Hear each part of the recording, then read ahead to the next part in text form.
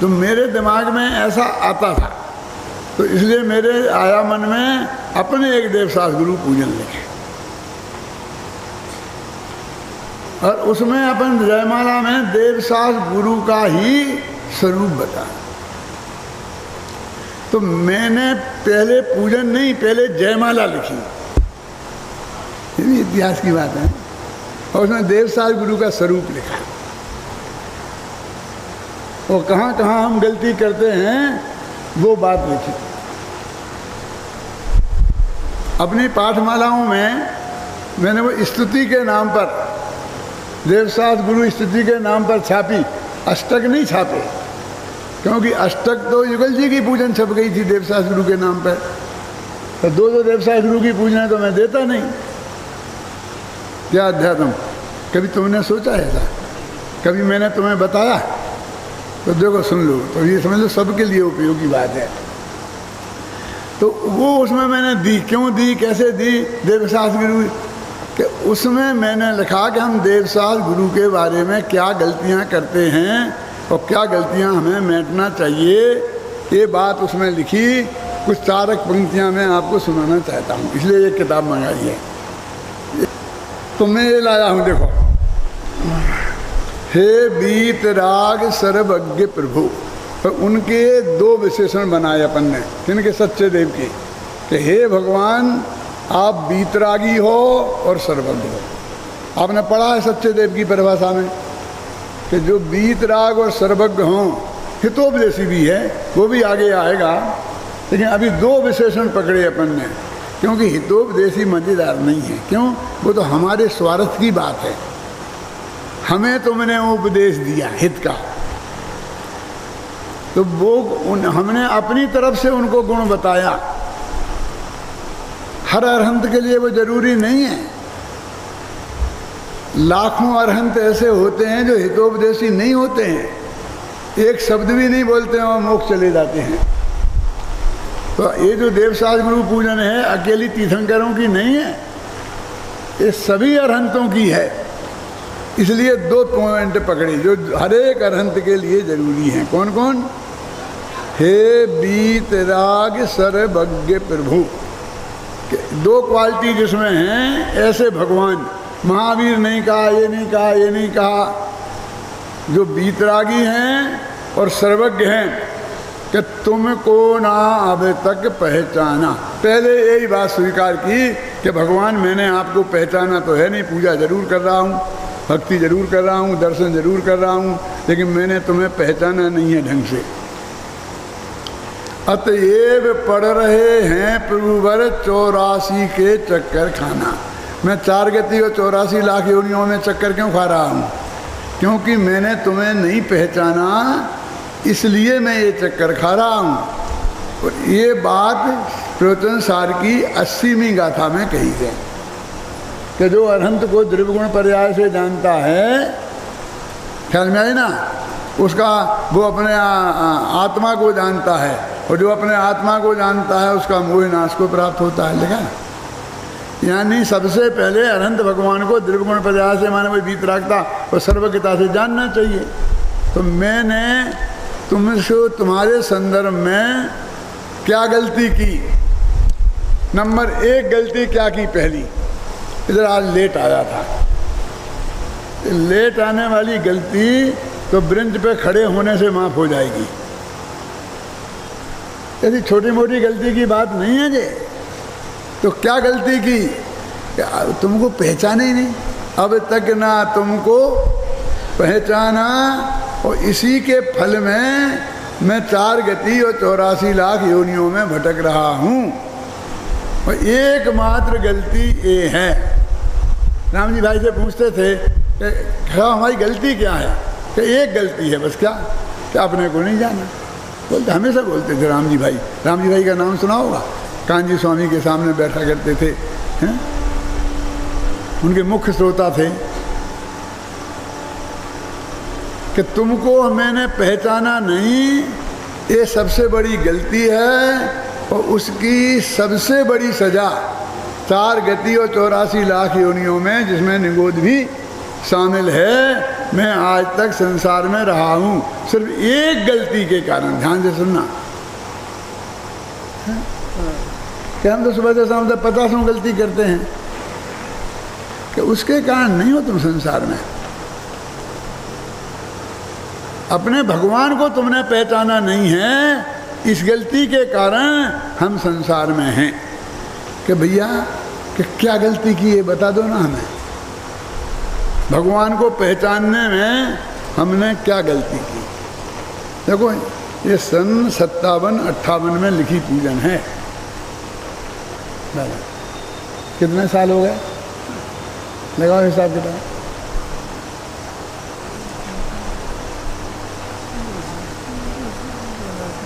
वो तब की लिखी पूजन है, उसमें ये लिखा कि तुम्हें अब तक नहीं पहचाना, तो नहीं पहचानने में क्या गलती की है बताओ। तुम तो आ तो रहे हम दर्शन करने रोजाना। कि सबसे पहली गलती सुनना, अभी आप तक आपने सोचा कि नहीं सोचा, आपके लिए नई बात है कि पुरानी बात सोचना। कि करुणानिधि तुमको समझनाथ, भगवान भरोसे पड़ा रहा, भरपूर सुखी कर दोगे तुम, यह सोचे सन्मुख खड़ा रहा। ये पहले नंबर की गलती। कौन सी गलती है पहले नंबर की? बोलो अध्यात्म। कि भगवान तुम्हें दया का सागर समझा। अरे क्या बात करें, भगवान दया का सागर नहीं है कि नहीं है, ये गलती है हमारी। जानते हैं? बोलो कभी सोचा? कौन जानता था? इनमें 10% लोग जानते होंगे, 90% तो नहीं जानते। 10-20% को विरोध भी होगा कि कैसी बात करते हो, हमारे भगवान दयानिधि नहीं है, दया के सागर नहीं है। सबसे पहली गलती की कि मैंने तुम्हें करुणा का सागर माना, क्योंकि करुणा मोहिनी कर्म के उदय से होती है। ये कर्म का काम है, ये हमारे शत्रु का काम है।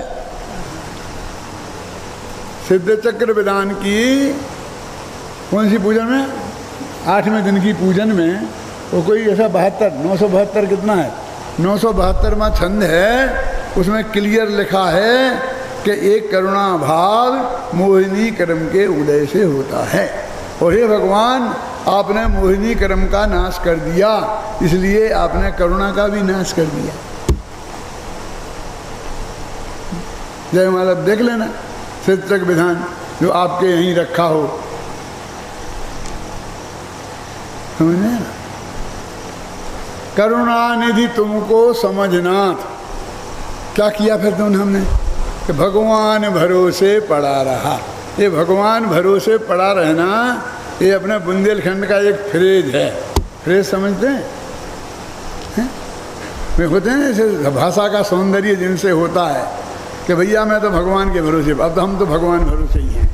भगवान भरोसे हैं माने हमारा कोई ठिकाना नहीं है। इस अर्थ में ही करते हैं कि नहीं करते हैं? अब तो राम ही पार उतारे, राम कभी पार उतारने वाला है नहीं। बहुत प्रेम से लोग गाते हैं, पारसनाथ क्या है भैया, तेरे ही भरोसे मैंने नैया छोड़ दी है। कहाँ? मझधार में। तो मैंने पूछा भैया सचमुच छोड़ दी क्या? तूने पारसनाथ के भरोसे अपनी नैया संसार सागर में सचमुच छोड़ दी है क्या? हाँ साहब, इससे ज़्यादा और विश्वसनीय जगह कहाँ मिलेगी? पारसनाथ जैसे अपने पारसनाथ हैं। क्यों? तो मैंने कहा तेरी नैया गारंटी से डूबेगी। क्या क्या कैसे पंडित है? क्यों? क्या कह रहे हो? बेहोश नहीं हूँ, एक कह रहा हूँ कि वे तो मोक्ष में है ना? अभी मोक्ष में क्यों? अपने 24 तीर्थंकर अभी कहाँ हैं? मोक्ष में है ना, अरहंत नहीं है, सिद्ध हैं। आज आदिनाथ से महावीर तक सभी सिद्ध अवस्था में हैं। और अपन ने पढ़ा था बालबोध पाठभाग 1 में कि जो जीव एक बार मोक्ष हो जाते हैं वे द्वारा लौटकर संसार में नहीं आते। पढ़ा क्या नहीं पढ़ा? बालबोध पाठमाला पढ़ा रहा हूँ, लेकिन ऐसे ही पढ़ा रहा हूँ कि जो बड़ों बड़ों ने नहीं पढ़ी। नहीं आएंगे संसार में लौट के। इतना पक्की बात है ना कि कोई इमरजेंसी आएगी तो आ जाएंगे ना। हम भगत लोग बुलाएंगे तो आ जाएंगे ना। भगवान तो भगत के बस में होते हैं, ये दूसरों के भगवान होते हैं। अपने भगवान किसी के बस में नहीं होते, ना किसी को बस में करते हैं और ना किसी के बस में होते हैं। तो वे तो आएंगे नहीं, और तूने उनके भरोसे छोड़ दी है तो डूबेगे नहीं तो क्या। इससे तो अच्छा तू उस खेवटिया, क्या बोलते उसको, नाव को खेने वाला, उसके भरोसे छोड़ता तो कदाचित बच भी सकता था। क्यों? तुम पारसनाथ की तुलना उससे कर रहे? कहाँ कर रहे हैं पारसनाथ की तुलना? पारसनाथ के भरोसे तो काम होगा ही नहीं, और उसके भरोसे तो कदाचित हो सकता है और कदाचित नहीं होए। पार्श्वनाथ उनकी बराबरी में कहाँ खड़े होते हैं? पार्श्वनाथ की बराबरी में वो खड़ा नहीं होता, ये नहीं कह रहा हूँ। मैं आप सबसे पूछता हूँ, छाती पे हाथ पर विचार करो गंभीरता से, कि अपने भगवान सिद्ध सलामत से लौट के आकर यहाँ संसार में आपकी हेल्प करने कभी कोई आता है कि नहीं? आप क्या मानते हो? क्या मानना चाहिए आपको?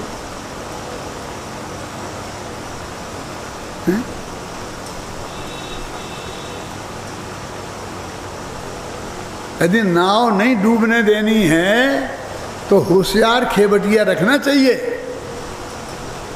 यदि आपका गाड़ी का एक्सीडेंट नहीं होना है सकरचंद जी साहब, तो होशियार ड्राइवर रखो, 1000 रुपया ज़्यादा दो। भगवान के भरोसे, हम तो भगवान के भरोसे चलते हो, तो बस अब समझ लो भगवान के भरोसे चल रहे हैं। क्या करना चाहिए मुझे बताओ आप? सही बात क्या है? आप पहले ही गलत चुनाव करेंगे और भगवान को ऐसे छोटे छोटे काम देंगे, ड्राइवरी का, नाव चलाने का, गाड़ी चलाने का, तो आप भगवान का सम्मान कर रहे हैं कि अपमान कर रहे हैं? बोलो। तो पेट में दर्द कर दे, एक दर्द ये ठीक कर दे, दस्त लग गए, हे भगवान हे भगवान। काय को भगवान को बुलाता है? डॉक्टर साहब को बुलाओ, एक गोली दे देंगे, ठीक हो जाएगा।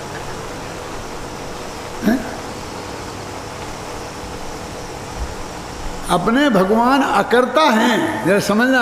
ये जैन धर्म का मूल महामंत्र है, सब नहीं जानते कि सब धर्म वाले ईश्वर को जगत का कर्ता मानते हैं, लेकिन अपन जैन धर्म वाले ईश्वर को जगत का कर्ता नहीं मानते, किसी को रक्षा करता नहीं मानते, है ना, किसी का नाश करता नहीं मानते।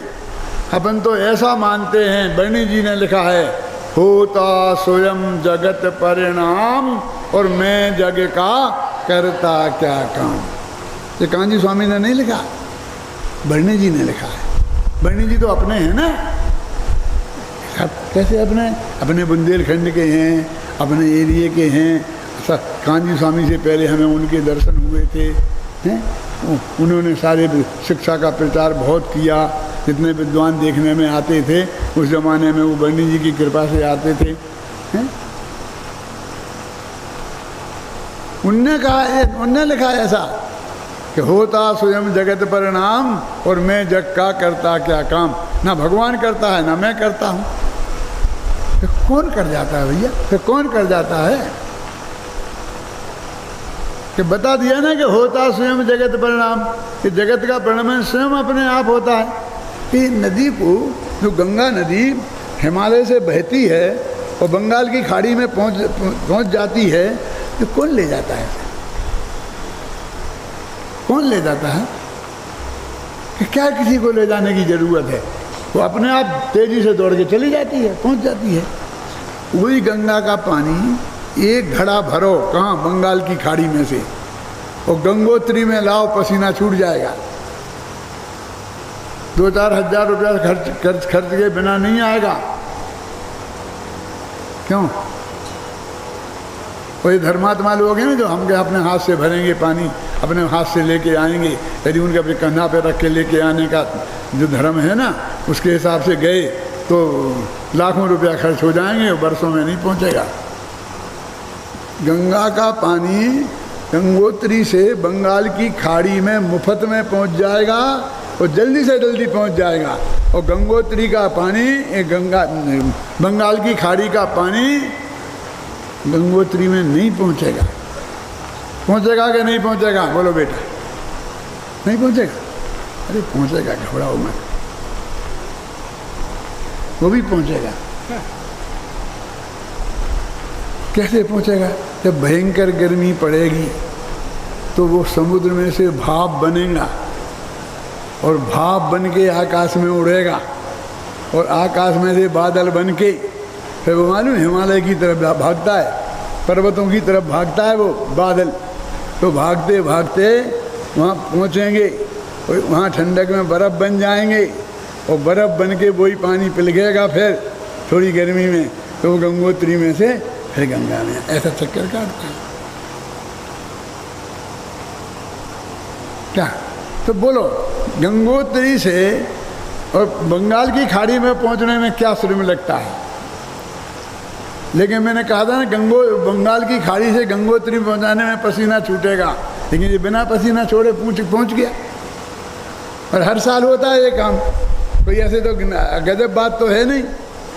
हर साल होता है कि ये बादल कैसे उठते हैं और कैसे कहाँ कहाँ जाते हैं, इसका पता है आपको? बिल्कुल नक्की है क्रमबद्ध पर्याय के हिसाब से। इनकी चाल नक्की है, रफ्तार नक्की है, रास्ता नक्की है। पंडित जी कहाँ लिखा? कुंद कुंद ने लिखा कि अमृतचंद्र ने? कालिदास ने लिखा। नाम सुना कालिदास का? महाकवि कालिदास, उनने एक मेघदूत नाम की किताब लिखी। मेघदूत माने बादलों को अपना राजदूत बनाया। एक मिनट की कहानी है, बता देता हूँ कि एक यक्ष था और उसकी अभी ताज़ी ताज़ी शादी हुई थी। वो अलकापुरी का रहने वाला था, हिमालय पर है अलकापुरी, वहाँ पर रहने वाला था। ताज़ी ताज़ी शादी हुई थी और उसके मालिक नाराज़ हो गया उससे, तो उसने उसे रामटेक की पहाड़ी पर कैद कर दिया। हाँ, रामटेक तो आपके आसपास ही है ना। रामटेक की पहाड़ी पर उसे कैद कर दिया। अब वो उसकी ताज़ी ताज़ी शादी हुई थी तो पत्नी की याद बहुत आती थी। अब कोई चिट्ठी पत्री का साधन नहीं था, टेलीफोन थे नहीं, 2000 वर्ष पहले कालिदास के ज़माने में। तो उसने जो बादल आते थे ना, तो उन बादलों को दूत बनाया। मेघ माने बादल और दूत माने दूत बना के क्या कहा, तुम जाओगे भैया अलकापुरी माने हिमालय की चोटी पर जहाँ मेरी पत्नी है ना, वहाँ तुम पहुँचोगे। उसे पक्का पता था कि ये पहुँचेंगे, तो उनको समाचार दिया। वो 2 अध्याय हैं। एक अध्याय में कि तुम जाओगे तो कहाँ कहाँ से जाना, कैसे कैसे जाना, वो रास्ते की सलाह दी है, बस खत्म। और दूसरे अध्याय में मेरी पत्नी से क्या कहना, बस 2 अध्याय। बेकार की बातें लिखी। अरे बेकार की लिखी। हमारे जैन कवियों ने उस मेघदूत को ऐसा एब्जॉर्ब किया है। पार्श्वाभ्युदय एक किताब है, एक कवि ने लिखी कि 3 पंक्ति तो खुद की और 1 पंक्ति मेघदूत की, ऐसे मिला मिला के पूरा उसमें गायब करके हमारे जैन कवियों ने लिखा, जैनाचार्यों ने। तो उसमें तुम्हारी विदिशा की बात भी आई है। उसमें कालिदास का निरीक्षण कि कितनी निरीक्षण शक्ति थी, कहाँ के लोग कैसे हैं और कैसा कैसा रास्ता आएगा, वो तुम उनको बताया। तो कहता तुम यहाँ से जाना तो तुम्हें रास्ते में, नमूने के लिए 2 बात बताता हूँ सिर्फ, नमूने के लिए कि तुमको उज्जैनी मिलेगी। तो उज्जैन में महाकाल कौन सा मंदिर है, महाकालेश्वर का मंदिर है, तो तुम वो दर्शन करते जरूर जाना, रास्ते में छोड़ मत जाना। बहुत मुश्किल से मिलते हैं और लोग जाना बार बार होता नहीं है, तो मेघों से कह रहा कि एक दफ़े तुम दर्शन करना वो महाकालेश्वर के मंदिर के। तो वो क्षिप्रा नदी के किनारे है। तो क्षिप्रा नदी में जब तुम दर्शन करने के लिए थोड़े नीचे को आओगे ना, तो बादल ऊपर से नीचे को आएंगे दर्शन करने के लिए, और फिर तो उड़ के जाना, वहीं बरस मत जाना, नहीं तो मेरा काम बिगड़ जाए, मेरे समाचार कौन ले जाएगा। तुम नीचे आना और वहीं से दर्शन कर लेना और फिर ऊपर चले जाना। लेकिन एक बात ध्यान में रखना, जो बात लिखी वहाँ पर बता रहा हूँ कि मालवा की औरतें बहुत बेशरम होती है, ये लिखा कालिदास ने।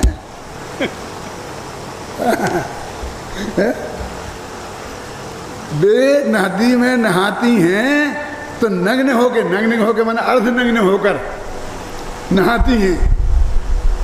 तो तुम जब नीचे को जाओगे तो उन्हें शर्म आएगी कि तुम देख रहे हो, तो तुम्हें थोड़े बादलों की छाया उनके ऊपर कर देना, जिससे वे दिखाए नहीं और उन्हें कोई दिक्कत नहीं हो। तुम भगवान कालेश्वर के दर्शन करो तो, और फिर ऊपर उठ के चले जाना। मैंने कितना निरीक्षण था कि मालवा की औरतें कैसी होती हैं, तुम्हें पता है, मालवा वालों को पता है, किसी को पता नहीं। फिर तुम कहाँ जाना कि तुम्हारे रास्ते में तो विदिशा आएगा नहीं, लेकिन विदिशा नगरी बहुत अच्छी है। राजा शूद्रक वहाँ राज्य करता है और बहुत अच्छी नगरी है बेत्रमती नदी के किनारे। तो तुम वहाँ थोड़े जैसे तुमको मुड़ के जाना पड़ेगा। अपन कहते ना 10-5 किलोमीटर अंदर जाओगे तो भगवान के दर्शन मिल जाएंगे, तो है तो रास्ते में ही, लेकिन एकदम रोड पे नहीं है, आप जानते। तो उसको थोड़े तुम मुड़ना, किधर को के विदिशा में। विदिशा समझते हो, 4 होती हैं दिशाएं और 4 होती हैं विदिशाएं, जानते कि नहीं जानते? पूरा पश्चिम उत्तर दक्षिण और नैऋत्य वगैरह। तो तुम जब जाओगे तो विदिशा में, वहाँ से सीधी नहीं, विदिशा में बगल में मुड़ती हुई एक बेत्रवती नदी है, उसके किनारे बसी एक नगरी है, वहाँ का राजा शूद्रक है। तो वहाँ जाकर के तुम जरूर जाना, देखते जाना। ऐसा उन्होंने रामटेक की पहाड़ी से और अलकापुरी तक का पूरा रास्ता मेघों को बताया, और मेघों को मेघों का रास्ता बताया, आदमियों का नहीं, बस का नहीं, ट्रेन का नहीं, है का रास्ता बताया कि मेघ कहाँ कहाँ से कैसे कैसे जाते हैं। कालिदास को मालूम था, लेकिन मालूम था हमारे, वो बड़ी बात नहीं है। सर्वक भगवान को तो सब कुछ मालूम है। बड़ी बात ये है कि वो उनका रास्ता तय है। क्या बोला प्रवीण? नक्की है। हमारी बड़ी बात तो ये नक्की है, नक्की नहीं हो तो बताएं कैसे। वो बादल हजारों बरस से यहाँ से उठकर रामटेक की पहाड़ी के ऊपर से गुजरते हैं और वहाँ से किस किस रास्ते से अलकापुरी पहुँचते हैं, फिर गंगोत्री में जाके समाते हैं और गंगा में पानी बह के आता है। ये रास्ता तब से आज तक का नक्की है, आज भी वही रास्ता। यदि ये हवाई जहाज से जाएं रामटेक की पहाड़ी से तो उसी रास्ते से जाएंगे। ज्ञान में कितनी सामर्थ्य है और बात कितनी नक्की और पक्की है। कुंद कुंद ने नहीं लिखी, अमृतचंद्र ने नहीं लिखी। यदि कहेंगे तो ये सोनगढ़ियों के हैं कुंद कुंद, कालिदास तो नहीं है सोनगढ़ियों के। क्यों? कालिदास ने बताया कि एक एक चीज कितनी नक्की है। ये बात हमारी समझ में आनी चाहिए कि नहीं? ये हमारे सर्वज्ञ भगवान का स्वरूप समझने की बात है। क्या पढ़ रहे थे अपन? करुणानिधि तुमको समझनाथ, भगवान भरोसे पड़ा रहा। और दूसरी गलती क्या की? भरे पूरे सुखी कर दोगे तुम, यह सोचे सन्मुख खड़ा रहा कि मुझे सुखी करने का काम तो आपका है, तो आप कर ही दोगे, मुझे क्या चिंता करने की ज़रूरत है। इसलिए मैंने कोई प्रयत्न नहीं किया आप सुखी होने का, आपके भरोसे पड़ा रहा। जो कितनी फ्रेज की भाषा है, कितनी पुरानी भाषा है, और कितनी दफ़े पढ़ी आपने, मज़ा नहीं आया। अब पढ़ोगे तो आएगा मज़ा। फिर मेरे इस प्रवचन को याद करोगे क्या? करुणा निधि तुमको समझनाथ, भगवान भरोसे पड़ा रहा, भरे पूरे सुखी कर दोगे तुम, यह सोचे सन्मुख खड़ा रहा। हाथ पे हाथ रख के, तुम तो कुछ करने वाले नहीं थे, मैं तुम्हारे भरोसे पड़ा रहा, खड़ा रहा। ये पहले नंबर की गलती है। अब सोचो छाती पे हाथ रखकर, हमने की तो नहीं है ये गलती। फिर क्या है? तुम बीत राग हो लीन स्वयं में, कभी न मैंने यह जाना। तुम अपने में लीन हो, तुम तो आत्मा के ध्यान में मगन हो, तुम तो बाहर की तरफ देखते ही नहीं हो। मैंने इस बात का विचार ही नहीं किया कि तुम तो हमारी तरफ देखोगे भी नहीं। तुम क्या हम समझ रहे तुम कर दोगे। तो ये गलती की, गलती पे गलती, गलती पे गलती। फिर रही सही हमारे पंडितों ने पूरी कर दी। पंडित लोग नाराज मत हो जाना, वैसे मैं भी पंडित ही तो हूँ। क्या पूरी कर दी कि नहीं, भगवान तो कुछ नहीं करते हैं, पर वे अपने भक्तों को भेज देते हैं, तो भगत कर देते हैं। तो तर्क से समझाया कि भगत भी नहीं कर सकते हैं, क्योंकि हमारे समाचार में तो लिखा है कि एक द्रव्य दूसरे द्रव्य का करता नहीं है। तो भगत तो भी हमारे लिए परद्रव्य हुए ना, वे भी नहीं कर सकेंगे। नहीं, उनके कुछ भगत बेंतर देव हैं तो वे कर देते हैं। कुछ लोग ओवर समझदार निकली कि जब बेंतर ही करेंगे तो हम बेंतरों को ही क्यों ना पूजें, भगवान को क्या को पूजें। ये समझदार थे। हम उन्हें पूजें, फिर वे उनसे कहें, फिर वे हमारा संकट दूर करें, तो इतने बहुत देर हो जाएगी। क्या पता कब तक नहीं सुनी इनने, फिर कब तक नहीं कही। ऐसी लगा लगा के वो अज्ञान को किसी तरीके से हम नष्ट करने के थे, तो इन पंडितों ने नहीं करने दिया। हम शेष जाके समझाएं, एक देव दूसरे देव का करता नहीं है, भगवान कुछ करते नहीं हैं। वे समझाएं कि भगवान तो नहीं करते हैं, क्योंकि शास्त्र में लिखी है, न्याय शास्त्र में लिखी है, तो उसे बदल तो सकते नहीं हैं। तो कहते वो देवता कर देते हैं, इंद्र कर देते हैं, फलाने कर देते हैं, उससे हो जाता है, तो उससे पुण्य बनता है, फिर वो उदय में आता है, तो उससे हो जाता है। कहीं ना कहीं से करुणान योग इसका उसका उन्हीं शास्त्रों का वो शस्त्र बनाकर तुम्हारे हमारे अज्ञान को सुरक्षित रखते हैं। ये पंडित नहीं है, ये अपने मित्र नहीं है, शत्रु हैं जो ऐसी बात करते हैं। क्यों आप उनका विरोध कर रहे हो? क्या चिन्मय? अरे हम उनका विरोध नहीं कर रहे हैं, वे भगवान का विरोध कर रहे हैं। भगवान तो ये अंतिम दिनवाणी में समोसरण में ये कह के मोक्ष में गए हैं कि कोई किसी का कुछ भला बुरा नहीं करता, कोई किसी का जिंदा बचाता नहीं है। क्यों? निज आयु से जीवित रहें, यह बात दिन भर ने कही, तुम्हें बचा कैसे सकोगे जब आयु दे सकते नहीं। निज आयु क्षय से मरण हो, यह बात दिन भर ने कही, तुम्हें मारे कैसे सकोगे जब आयु हर सकते नहीं। पढ़िए नहीं आपने, लिखा कि नहीं, क्लियर लिखा कि नहीं लिखा? तो कौन सी बात सच्ची है? नहीं, वो व्यवहारने से। तो व्यवहारने से कि एक कहते हैं कि भाई तुम्हारा भला करेंगे, दूसरा कहता है नहीं करेंगे, तो एक निश्चय से, एक व्यवहार से दोनों सत्य हो सकती हैं। बोलो। मैंने कहा देखो पंडित जी, हमारे पोते की शादी है तो आप पधारना। कि जी जरूर जरूर जरूर जरूर। क्या जरूर है? आ भी सकता हूँ और नहीं भी आ सकता। क्या मानो, आप आएंगे कि नहीं आएंगे? हमारा तो, हम तो शादवादी हैं, आ भी सकते हैं और नहीं भी आ सकते हैं। अरे इसका नाम शादवाद नहीं है, फूदड़ीवाद है। तो काय का नाम है कि मैं आऊँगा ही, पक्की बात है, नहीं आने की बात सोचना नहीं।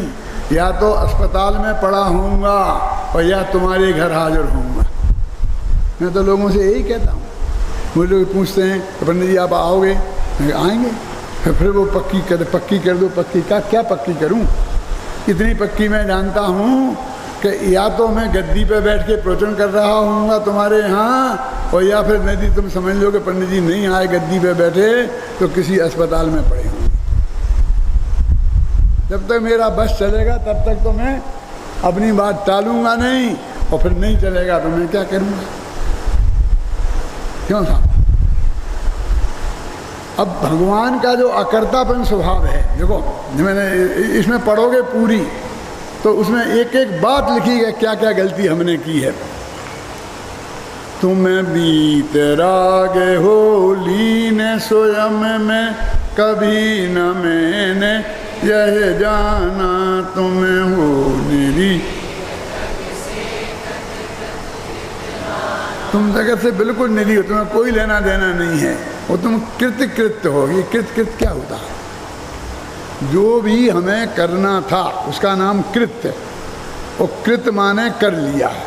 भगवान जो तुम्हें करना था तुमने वो सब कर लिया, अब तुम्हारे लिए कुछ करना बाकी नहीं है। इसको क्या बोलते हैं कि भगवान कृत्य हैं। अब हमने तुम्हें कृत्य भी नहीं माना होता तो ये क्यों कहते हैं कि भगवान एक काम बाकी है, कि क्या कि मेरा कल्याण करना। तो कृत्य कहाँ हुए? यदि कृत्य मानते हम उन्हें तो अपना काम कैसे बताते? माने अब कोई काम करना बाकी नहीं है, उसे बोलते हैं कृत्य। तो हम बोलते तो कृत्य हैं, लेकिन उसका अर्थ समझाते ही नहीं, समझते ही नहीं। पर हमारा बस बिना ये कुछ नहीं करते हैं शांति जी, फिर तो हम उन्हें इतने काम बताते हैं। हाय राम, हे भगवान, हे भगवान, सिर में दर्द है तो हे भगवान, प्यास लगी है तो हे भगवान। काहे को भगवान के दर्द? हमने तो अपने घरों के नौकरों के नाम ऐसे रखे, रामू, श्यामू, गोपाल। अब महावीर रखो, महावीर आदिनाथ। क्या हे आदिनाथ एक गिलास पानी लाना। ये कैसी बात करते हो? भगवान से ऐसा बोलोगे तो बोलते तो ऐसे ही हो ना। हर छोटे छोटे काम भगवान को बताते हो। तुमने भगवान को रामू श्यामू समझ रखा है। गंभीरता से विचार करने की बात है कि नहीं, कि भगवान को भगवान जैसा काम तो बताना चाहिए। हैं? मैंने कहा कि सिकरचंद जी साहब आप शिविर करो, हमसे जो बनेगी वो हम सेवा करने को तैयार है। जो आपसे बने करने को तैयार है तो सर पंडाल की झाड़ू लगाने वाला कोई नहीं है, तो आप सुबह से आके लगा दिया करें। अरे भाई, इसका हमारे लायक कोई काम बताओ तो हम बताए। तो आप भी सोच समझ के बताते हो। जब सभा पूरी भर जाती है हॉल, तब कहते हो कि पंडित जी आप चलाओ आज प्रवचन कर दो। आधा होता है हॉल तो कहते हम किसी दूसरे से करवा लेंगे। क्यों? क्योंकि वो आपके लायक सभा नहीं है। कहते तो आप हमारे बारे में तो सोचते हो और भगवान के बारे में कुछ नहीं। है? कैसी गजब बात है कि हमने अपने सारे काम भगवान के भरोसे छोड़ रखे हैं। और भगवान कहता है राम कसम में एक भी काम तुम्हारा करूँगा नहीं, और आज तक किए नहीं है और भविष्य में करेंगे नहीं, फिर भी दोनों तरफ से चल रही है। हमारा कितना बड़ा अज्ञान है, इसकी कल्पना आप करके देखो।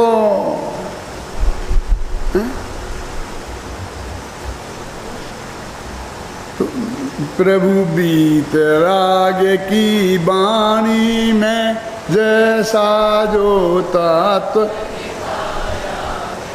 जो होना है सो निश्चित है, केवल ज्ञानी ने गाया है, उस पर तू श्रद्धा ला न सका, परिवर्तन बन कर पर का करता अब तक कान प्रभु सम्मान किया। क्या कह रहे? मैंने सत्य का सम्मान नहीं किया। वस्तु का स्वभाव सत्य है ना, उत्पाद व ध्रुवयुक्तम सत्य, माने हर पदार्थ अपने में प्रति समय उत्पन्न होता है और प्रति समय नष्ट होता है और कायम भी रहता है, ऐसा ही है ना। ऐसा जो वस्तु का स्वभाव है वो है सत्य। और मैं ये नहीं मानता हूँ कि मैं बदलूंगा, मैं ऐसा कर दूंगा, मैं ऐसा कर दूंगा, तो उस सत्य का ये अपमान हुआ, समझे ना। तो क्या कि यदि मैं सत्य का सम्मान करूं तो फिर मुझे चुपचाप रहना चाहिए, क्योंकि उसमें अपने आप परिणमन की ताकत है और वो अपने आप परिणमन हो जाएगी। हम कितना अभिमान करते हैं कि मैंने अब इस बच्चे को पाला पोसा, बड़ा किया, पढ़ाया लिखाया और सब योग्य बना दिया, और अब कुंवर साहब हमारी तरफ देखते ही नहीं।